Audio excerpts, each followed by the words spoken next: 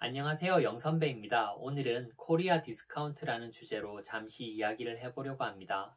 한국의 기업은 적정한 평가를 받지 못하는 것일까요?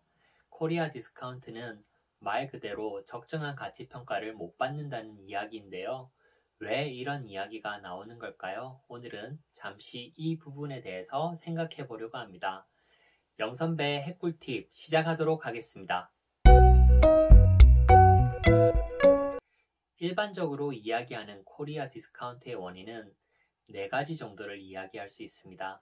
물론 이 분야도 의견이 다양하고 바라보는 관점이 매우 다양합니다. 꼭 정답은 아닐 수 있습니다. 그냥 참고용으로 들으시면 좋겠네요.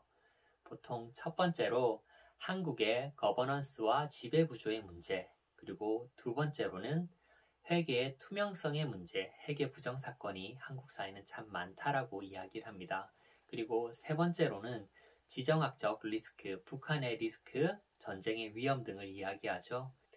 네 번째로는 과도한 상속세로 기업의 지속성에 문제가 있다, 이런 의견들이 있는 듯합니다.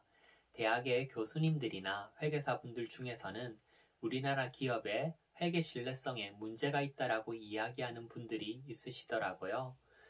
위 4가지 사유는 굉장히 공감이 되는 사유라고 생각이 됩니다. 그런데 얼마 전 제가 영상으로 소개했던 좋은 주식, 나쁜 주식의 책의 저자이신 이남우 교수님께서는 국제금융 전문가로서의 관점으로 볼 때 본인은 조금 다르게 생각한다라고 이야기를 하시더라고요. 오히려 최근에는 한국 시장이 디스카운트가 아닐 수도 있다라고 이야기를 하시면서 삼성전자와 반도체 기업을 사례를 들면서 설명해 주시는 이야기를 들었는데요. 이남우 교수님이 이야기하시는 코리아 디스카운트의 의견은 전통적인 코리아 디스카운트의 의견과는 조금 다릅니다. 잠시 소개해보면 다음 이야기를 이야기하시더라고요. 첫 번째는 비즈니스 모델을 이야기하시는데요. 자본 집약적인 산업 중심이라 경기에 민감하고 예측이 어렵다. 예를 들면 자동차나 조선, 철강 등등을 이야기하는 거겠죠. 이런 자본 집약적인 산업을 지금 현재 월가에서는 좋아하지 않는다. 요즘 대세 기업은 알파벳이나 애플, 아마존이나 플랫폼 기업들을 다들 선호하고 주가 상승률도 높아 보입니다.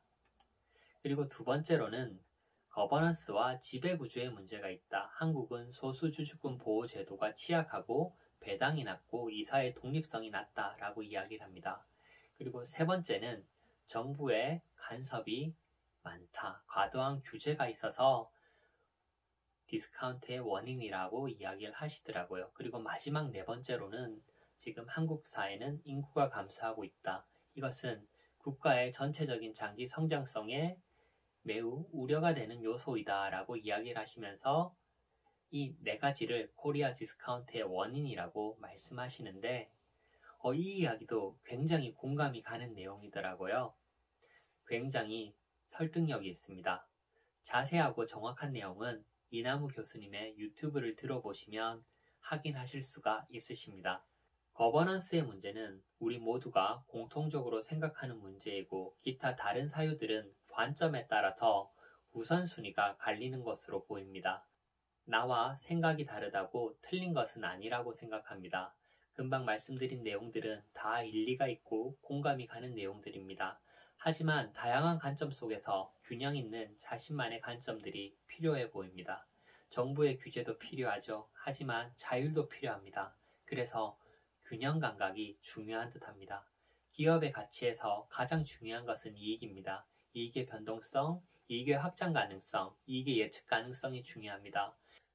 그 중에서도 이익의 확장 가능성이 가장 중요합니다.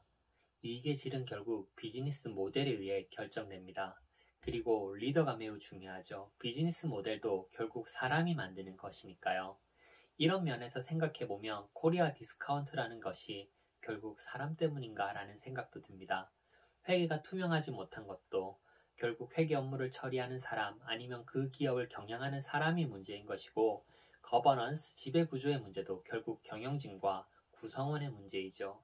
코리아 디스카운트를 해결하려면 결국 군계일학의 경영진, 그리고 정직한 스태프들, 그리고 지혜로운 시장의 감시자들이 필요하다는 결론으로 저의 의견은 귀결됩니다.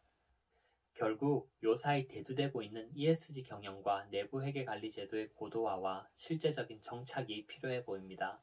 그런데 너무 과도한 의무를 제시하는 것도 기업에는 부담이 될 수 있다고 생각합니다.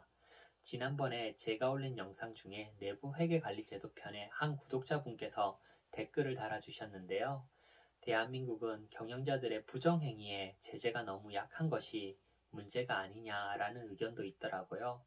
너무 과도한 의무사항을 준다면 기업의 경영활동에 어려움이 있을 수 있습니다. 굉장히 지혜가 필요하고 균형 감각이 필요해 보입니다.